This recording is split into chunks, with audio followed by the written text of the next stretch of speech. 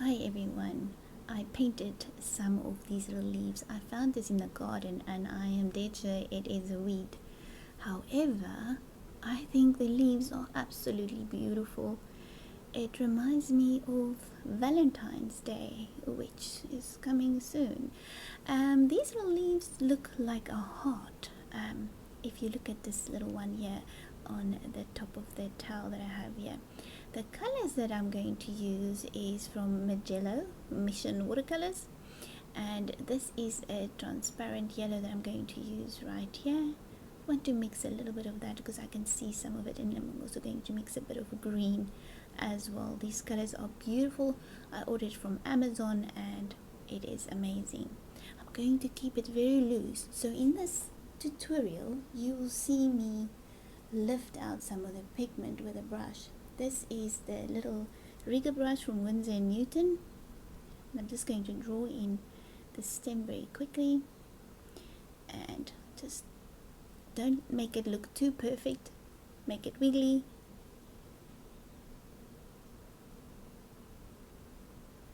And look at that little leaf. Just going to draw another little stem there. I love these little heart shapes. So we're going to let that dry, and now I'm going to use a brush with a nice tip. So let's just draw in the stems. I'm seeing it from the side and you will see it from the front, so it will look different for you.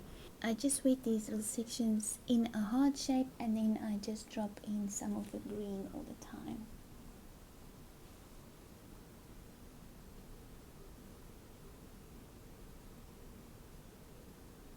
And I can see the back of the little petal. I'm going to paint it in as well. And then I just drop in a little bit more paint. Just draw in that little stem there for that little leaf that I can see.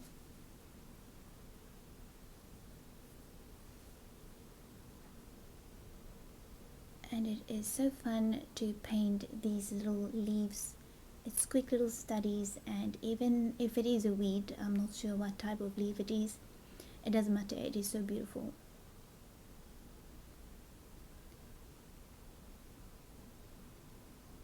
And just take your time, have fun.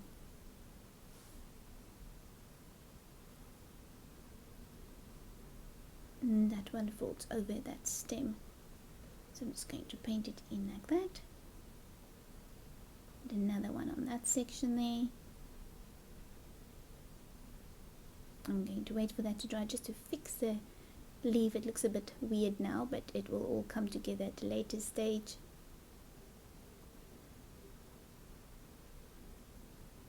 And this book is a mixed media watercolor book, so you can use it for sketching, you can use it for acrylic, you can use it for charcoal, you can use it for pencils, whatever you want. It's a fun little book, and you can always refer back to it, date your paintings. And I always, like I said in my previous tutorial, I always go back and look at how I've improved on in my watercolors, and that makes it all fun, so that you can always go back and notice that you've learned so much, because a lot of times people think they haven't improved, and that is not true.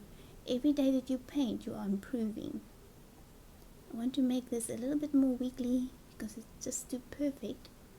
I'm just going to push that out there. Darken little sections if I see I need to darken it. Watercolor always dry much lighter once it is dry. Now I'm going to clean my brush.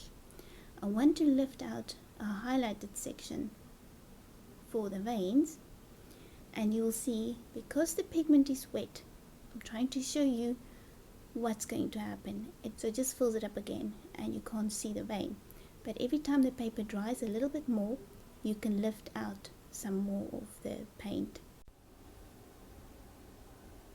And if you removed a little bit too much, you can just go back later and drop in some more pigment. I have a tissue paper handy, and my water is clean, so every time I just dip my brush in some clean water, rinse off the excess pigment and wipe it on this tissue paper here. I'm quite happy with that. I'll just lift out a few more.